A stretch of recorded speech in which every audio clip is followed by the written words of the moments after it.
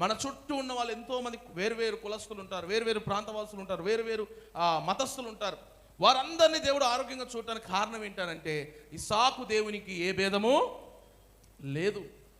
తల్లిని తల్లిలానే చూస్తాడు, కుమారుని కుమారునిలానే చూస్తాడు, బిడ్డలను బిడ్డలానే చూస్తాడు, భర్తను భర్తలానే ఆశీర్వదిస్తుంటాడు. ప్రయాసపడేవాడి చేతులను కష్టార్జితమును ఆ రీతిగానే లేవనెత్తుంటాడు, బలపరుస్తుంటాడు. ఎందుకనంటే ఆ ఇస్సాకు దేవుని యొక్క తత్వం ఏంటంటే ఎప్పటికీ ఎన్నటికీ భేదము చూపించని వాడు.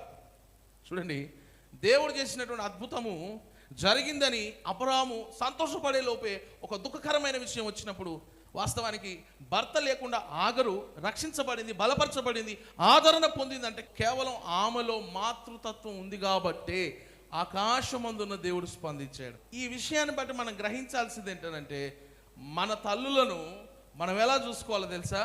వారి కన్నీళ్లను కార్చకుండా చూసుకోవాలి. ఈరోజు దుర్మార్గులను, ఎంతమంది తల్లి ప్రేమను పొందిన మోసగాళ్ళను చూస్తుంటే సిగ్గుపడాల్సి వస్తుంది. ఆస్తుల కోసం కన్న తల్లిని నడి రోడ్డు పైన నరికేసి చంపేసేటువంటి దుర్మార్గాన్ని మనం చూస్తున్నాం. కానీ దేవునికి ఒక అలవాటు ఉంది. ఏ తల్లి అయినా ఆ కన్నీరును చూస్తే దేవునికి మాత్రము ఆకాశమందున దేవుడు మాత్రం తట్టుకోలేడండి. ఇది వాస్తవం.